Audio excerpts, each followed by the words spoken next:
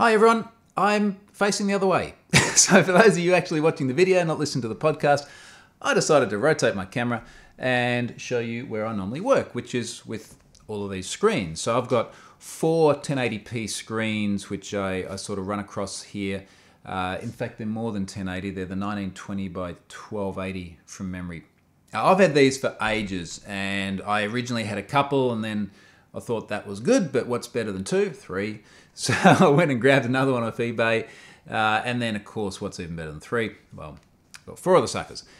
This works great, and I love being able to just lay everything out like this. So whenever I'm actually sort of sitting down trying to do things that require a lot of piecing together of parts, so for example, on one of these screens there's a course in progress I'll talk about in a moment. This works really well. So I tend to go between this and then going downstairs and changing environment and going to a laptop or going to a cafe and taking a portable machine. So anyway, it's not particularly important. I just thought I'd put something else in the background other than the usual stuff. Now, speaking of courses, I mentioned that there is one in progress there. I am writing about this stuff. I've got boxes and boxes here to show you. And for those of you that are listening, not looking, I'm doing a course on Ubiquiti UniFi Wi-Fi gear. Not just Wi-Fi gear, some network gear too. And you might have seen I've written about Ubiquiti in the past. I'll put some links in there.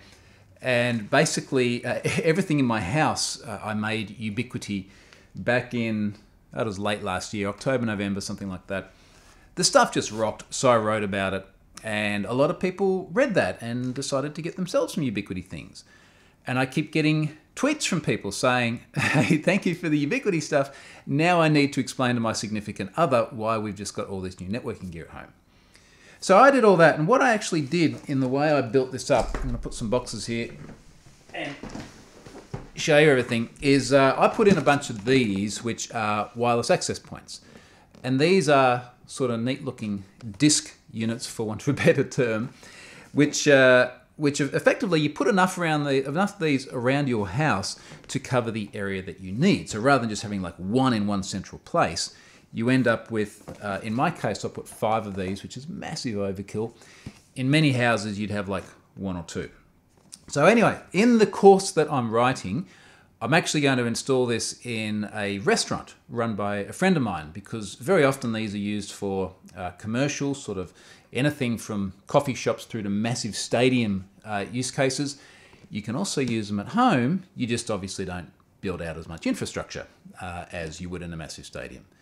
So anyway, I'm doing this course. I'm putting these guys in. Now these will then connect through to, let me see, through to a switch. So there'll be an 8-port switch which goes in there, which is this one just here. So this is a PoE switch, so it will actually deliver power over Ethernet as well, which means that that big access point just there, it's not really that big. It's kind of like probably halfway between like a dessert plate and a dinner plate in size. That'll connect into this. It won't need any more power. So that'll be cool. The other thing that will happen then is that will connect into the Unified Security Gateway, also known as USG, which is going to give us all the firewall bits and the DHCP bits and all the bits that you need between your own internal network and the public internet. So that'll go in there. That'll be good. To manage it, because you have a different device which actually does your user interface bits, so all of the portal that you normally have in your browser, is one of these guys. This is the Cloud Key, and this is like just a really big USB dongle. So, except it's not USB, it is plugged in over Ethernet, and this will sort of manage the whole unit. And then just to show a couple of other things to try and demonstrate the way you sort of build up your network from different components, there will be one of these AC mesh units. Now this mesh unit, once we set this up, what it will do is it will wirelessly uplink to the access point. So what we'll do is in this particular restaurant, it's spread out over a bit of space, we'll sort of put that at one distant end of the restaurant so that they can get Wi-Fi down there, and it will uplink back to that disk-like access point. And then we've also got a little in-wall unit. Now these are really cool. In fact, I'll take this one out of the box just to show you. I wrote another blog post where I put these in my brother's house. So what was happening, my brother bought a house which he and his wife renovated. and they wanted to get network done right. And I was like, well, I know just what you need. So I put all of these in his house, and what you'll actually see, if you look at the back, there's an Ethernet plug on the back, an Ethernet input, and then on the bottom, there's a couple of Ethernet jacks. So what you're effectively doing here is, rather than saying, hey, let's just put a faceplate in walls, which is just going to run Ethernet back to a switch somewhere, what we'll do is we'll put in this, which also has a wireless access point, and the jacks. So this is really cool. So you can sort of mount this on a wall somewhere, and it looks really slick. It's a nice sort of modern faceplate. You can put this on a wall somewhere, get Wi-Fi, and also plug devices into it, like physically plug devices into it. So I am actually really looking forward to doing this course. And per the images in the screen behind me, I'm a good whack into it. I've got to talk to the Ubiquiti people on someday next week. It's in my diary. This is one that they're paying me to create. It is a commercial course insofar as this is one of the things I do to make a living. They will put it out for free though, which is cool. So anyone who's interested in what these products are will be able to go and watch it without paying any money. So they're going to have a look at that. I'll go and install it in my mate's restaurant. I think it's Thursday next week. And then record it, edit it, pump it out. So hopefully it'll all be sitting with them in a couple of weeks from now, and we should have this out live to you sometime in August. Now, I'm not going to drill into it, but for those who are looking at this and going, I really like the idea of not having a crappy network, but I don't need all of that stuff, they also sent me one of these. And this is like their consumer line. So this is Amplify. And I'll take this one out of the box too, because it looks pretty neat. So the idea of Amplify is that you just plug this in. By the way, have you ever seen home networking gear packaged so nicely? Look at this. It actually, how does that come out? This is almost like Apple level packaging. So what it actually does is there's a base unit just here. That's got a few jacks on the back. That will uplink into your modem or whatever else. Obviously, it's got another 4 Ethernet adapters in here, USB Type-C power by the look of it, and then a couple of these remote access points, which will wirelessly uplink to the base station, and then you put these in different points around your house, and they literally just plug in. These are American plugs, so it's going to be fun making them work here, but I'll put a adapter on those guys, and they should be fine. And I think I might actually go and put this in my parents' house, because I spend a lot of time there, and I don't like having crap Wi-Fi there either. Plus, I think if I put any more access points in my house just here, the whole thing's going to start to glow. So anyway, that's what I'm doing at the moment. I'm doing this whole Ubiquiti course, particularly on that Unify product suite, and you will see much more about that soon. It's good fun because I get to play with the tech, plus I think people will really enjoy the result of it. All right, so that's that. Let me jump into stuff in terms of things that I have done this week. And I want to start with something which is another one of these kind of, there was a minor incident sort of things. And if you have a look at my Twitter timeline, you'll see that there's probably, I don't know, call it 85% security stuff. And then there might be 5% me sitting in the sun somewhere. And there might be like 5% me drinking beer. And then the remaining 5% will be just other random general things, which may not be specifically related to security. But, you know, like it turns out I do other things in my life. I know, crazy. And one of the things I did during this week is I put out a tweet that was related to Trump. Now, first of all, there's a lot of material, right? Like, let's just be honest. There is a huge amount of material, regardless of your political leanings. The guy does create news headlines like nothing else.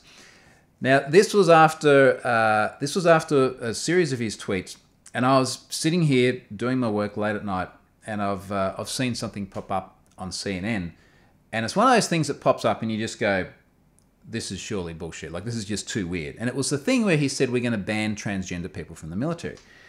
And I took a screen cap of several of the tweets, and I said something along the lines of, it's so weird that you just never even know when the news is actually real or not, which is ironic because he's the only one who says the fake news thing, but then you see him say something and you go, well, I really hope that's actually fake.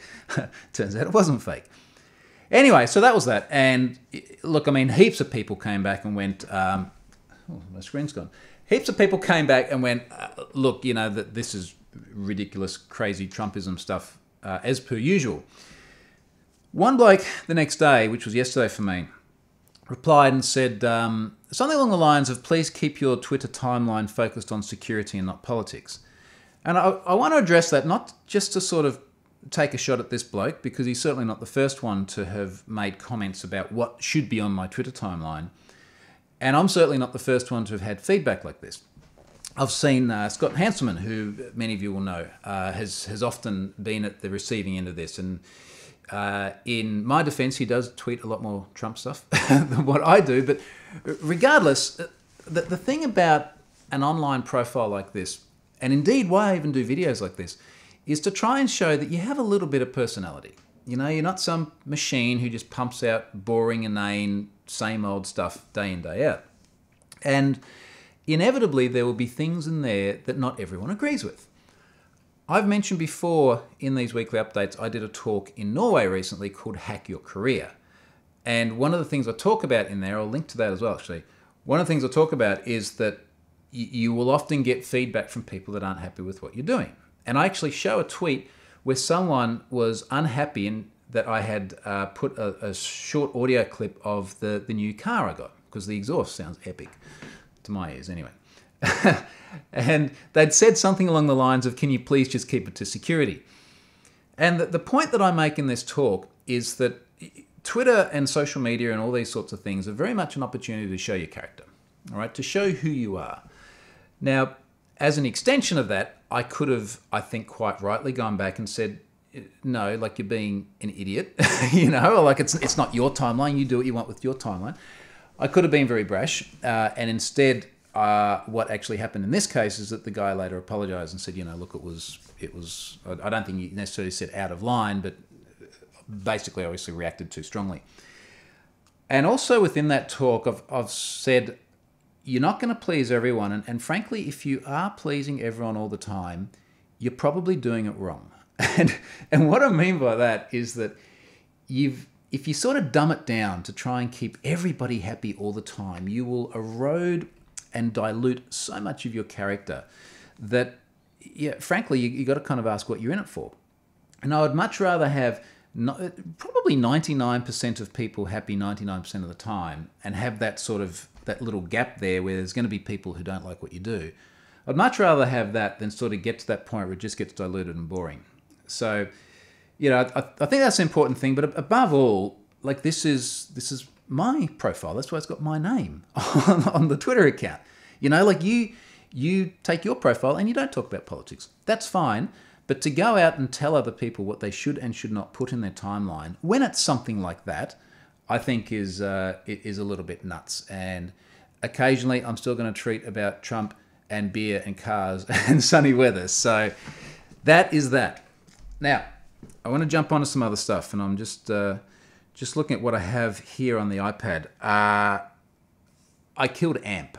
Now, for those of you who don't know what AMP is sort of a good idea, which I think was ultimately poorly executed. So AMP is accelerated mobile pages. And the idea of AMP is that there are a bunch of people on mobile devices, like the one I'm talking to at the moment over there. I record all this on my iPhone 7 Plus. And you're out there on mobile and you load a web page and you're loading so much junk over your 3G, 4G connection, and it's a small device and all this sort of stuff. And there's a whole bunch of sort of messy things that happen that are unnecessary in mobile. And AMP was like, let's strip all that stuff out, we'll dumb it down, we'll take out the JavaScript, we'll cache a lot of it on Google. So this is a Google thing as well, which is probably worth noting. And then we'll cache a lot of it and people will get very fast pages without all the guff that goes with it. And initially I was like, wow, this is actually pretty epically cool, insofar as it executes and loads blisteringly fast, which is good. Over recent weeks, I've increasingly become disillusioned with AMP. And the reason I've become disillusioned is I continually had people say, hey, something on your site isn't working. For example, I would deep link to a comment where there'd be a particular comment, good, bad, or otherwise, and I'd want to point people to it. But because AMP doesn't load the JavaScript, it then doesn't load the discuss, comments weren't appearing. I embed a lot of tweets in my posts because people make tweets that I think add to the narrative of what I'm talking about. The tweets are embedded using JavaScript. Now, you still have block quotes of the original tweet text, but if you embed media, such as images, and a lot of time I'm embedding tweets with images, then they don't show up. And I was just sort of getting to the point where I'm going, the stuff that breaks, plus the fact that this website just here on the screen is very, very well optimized in terms of how efficient the page is. Go and do a speed test on it. It's still very, very quick. It's a very light website. I eventually went, look, this is just painful. And last night I killed it. I turned it off. And I had a lot of people say thank you. You know, like AMP, for all sorts of other reasons, is probably not a good execution of what is otherwise a good objective.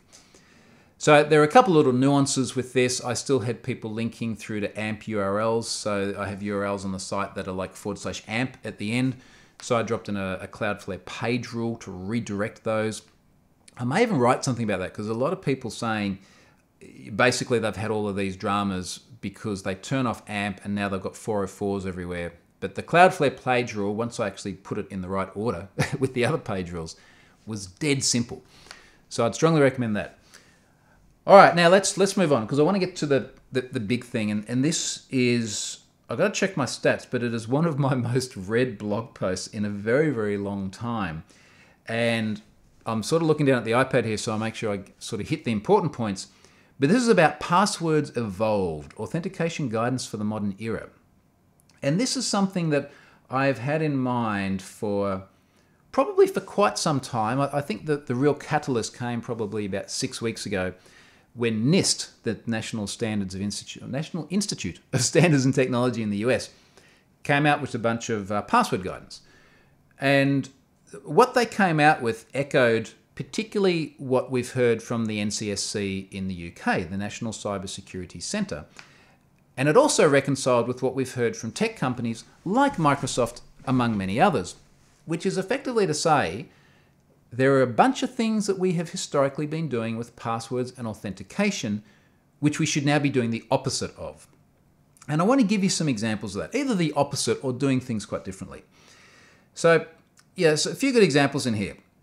One of the things that NIST says, now this is, we've known for a long time we should be doing this, but one of the things they say is that you shouldn't be arbitrarily limiting the length of the password.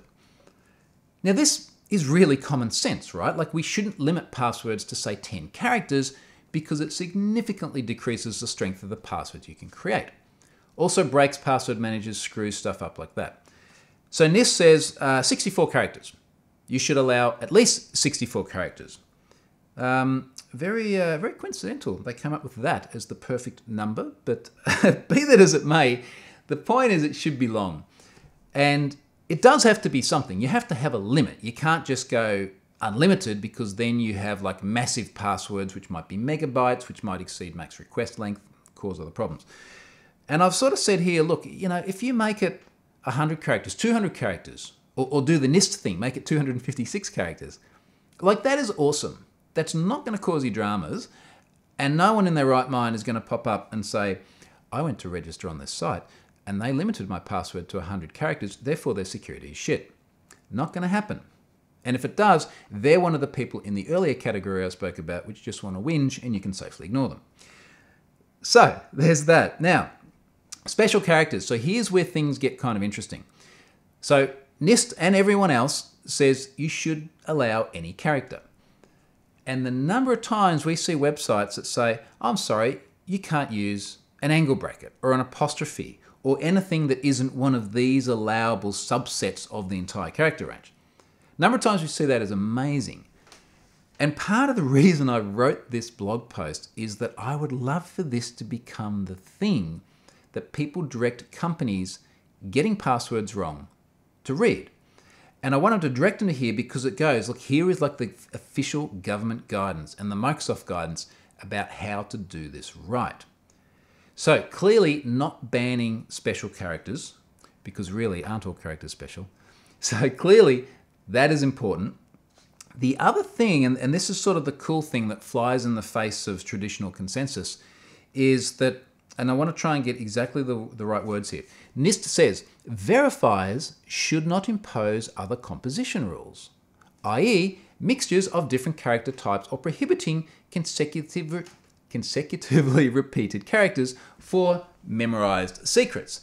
And, really the point here is they're saying, we used to have this premise of you must have complexity, all right? So you must have uppercase, lowercase, non-alphanumeric, and that was probably usually most of it. Oh, and a number.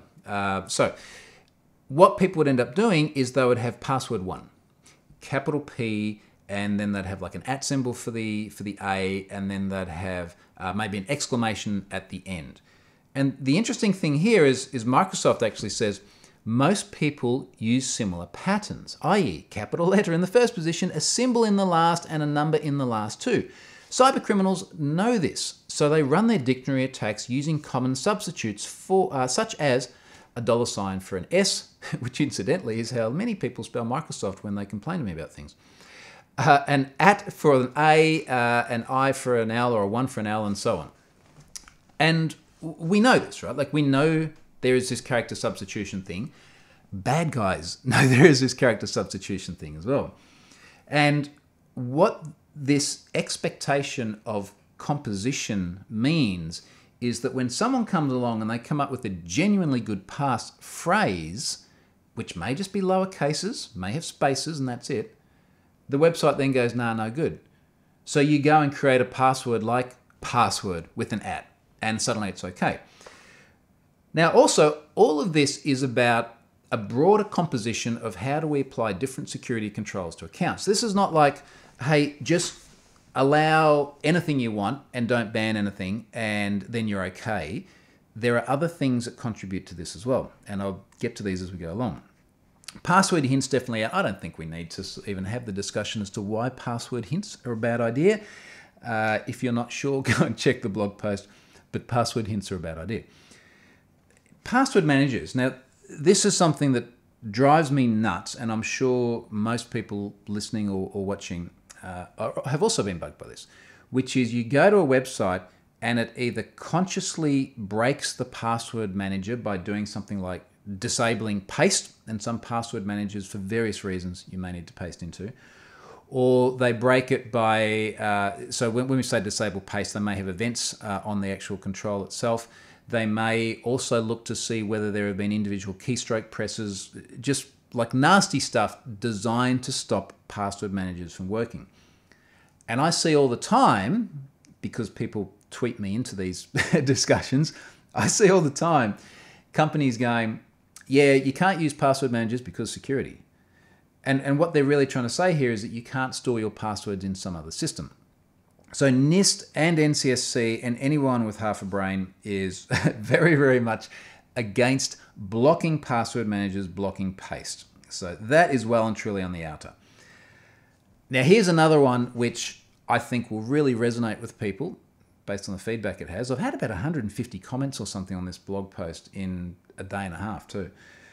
This one will really resonate with people, and it's about not mandating regular password changes.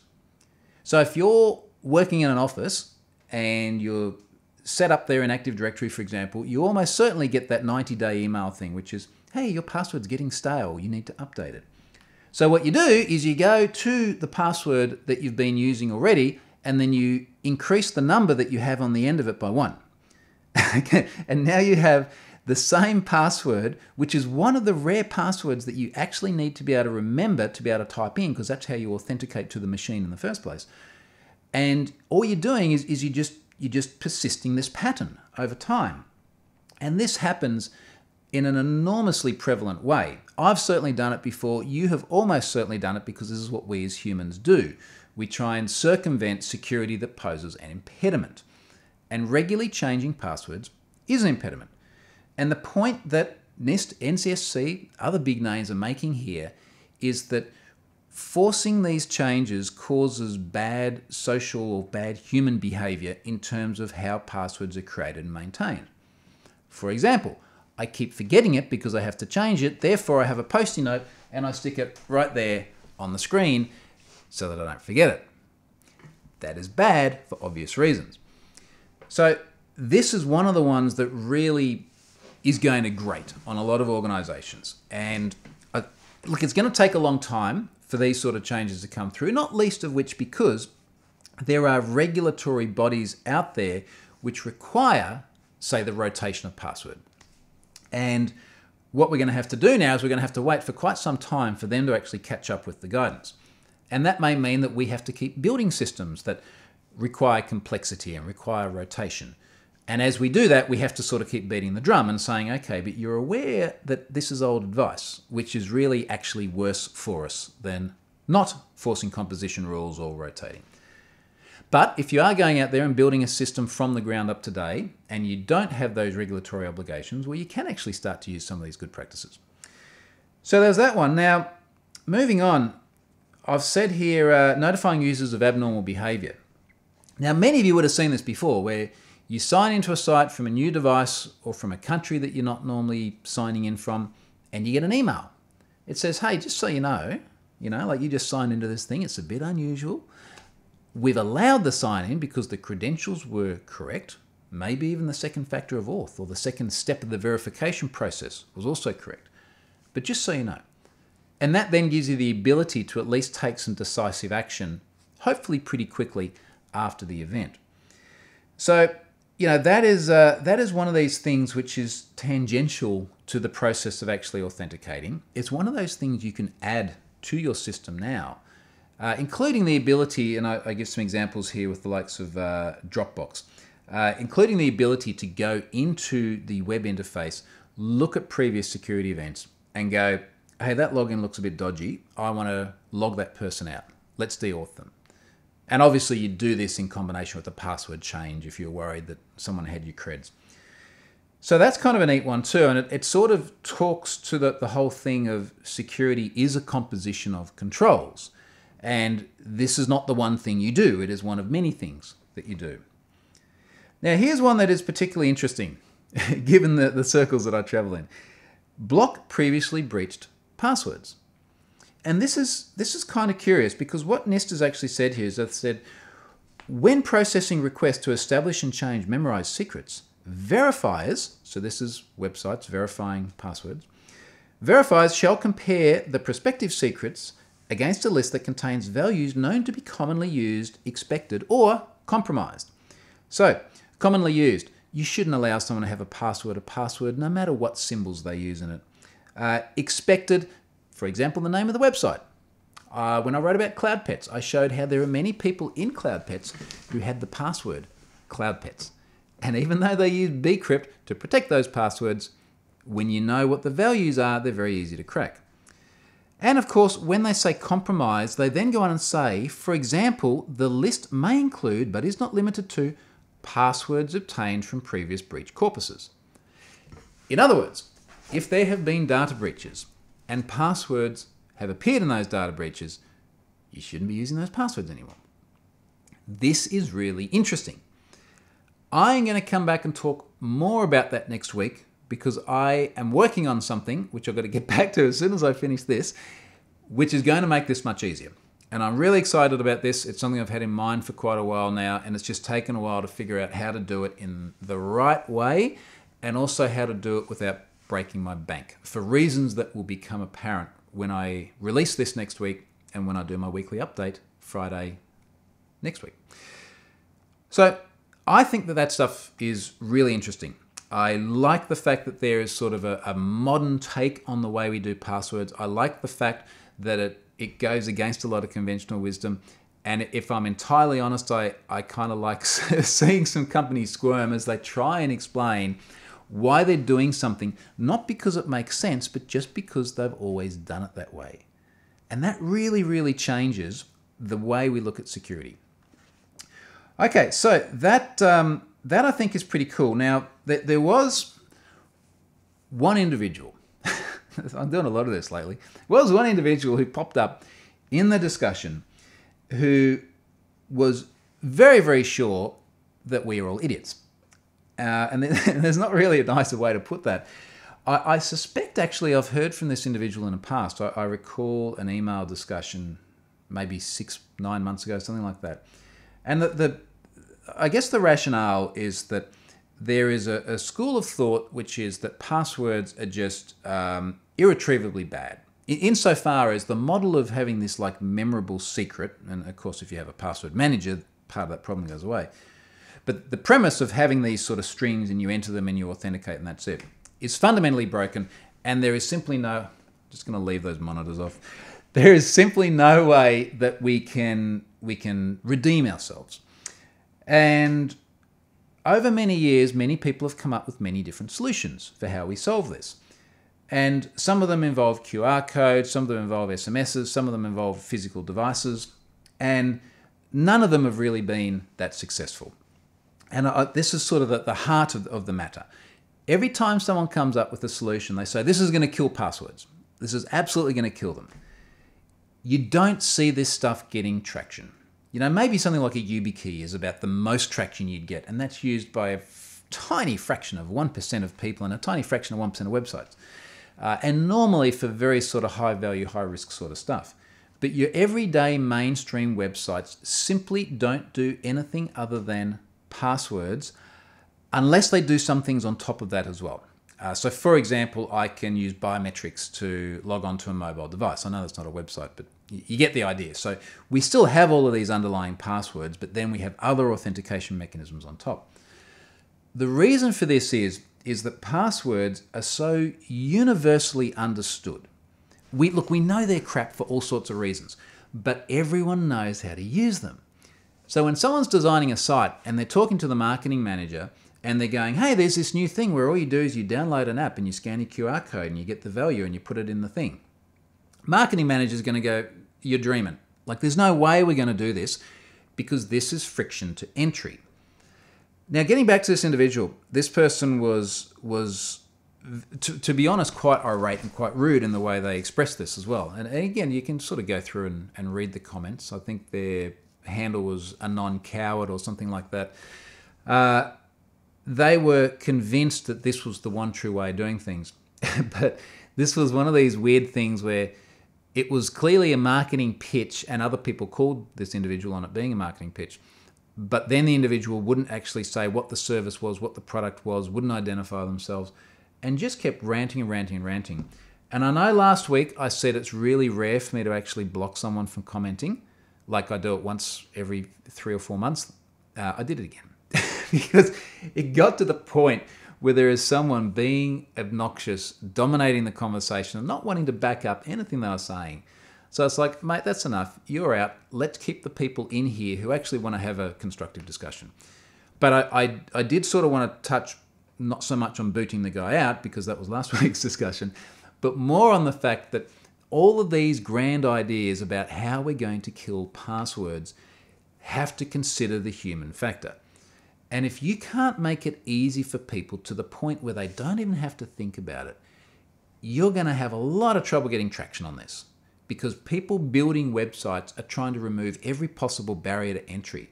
I mean, for God's sake, we're talking about things like let's have a character, or let's have a minimum character limit of 6 rather than 8 characters for the password, because just those 2 characters are important enough for us to reduce the complexity of our passwords, because we might just get that many more people. And then someone says, let's just go and do things completely differently in a way that nobody actually understands, or at least nobody is familiar with. You can see the problem. All right, so last thing, sponsorship-wise, I've got Raygun back there again today. I had Raygun last week, and I mentioned that I do use them on Have I Been Pwned, so all of my unhandled exceptions, which is usually stuff like, look, there's been a timeout somewhere, or someone is screwing with my anti-forgery tokens and they're not validating properly, things like that. Very occasionally, I screw something up as well. I do definitely screw things up. And I push it out, and Raygun logs all that, and then I go into the screen here, and it tells me exactly what I've done. And I can go and fix it, triage my problems, and I can also get a really good sense of how many people have been impacted by it. So I really like using that service. I'm really glad those guys are continuing to sponsor my blog. So big thanks to them. Go and check Raygun out. And that is it for this week. So hopefully when I speak to you next week, I would have put all of the Ubiquiti stuff inside my mate's restaurant, and I'll be able to talk to you about the course a little bit more. And a week after that, I should hopefully be saying it's actually done. And then that'll take us into August, and August is NDC time. So if you're in Australia, NDC Sydney starts on, I think, about the 15th of August, and then it's snowboard time for me, which is a very important time. So that's all for this week. Thank you very much for watching, and I hope you found that interesting.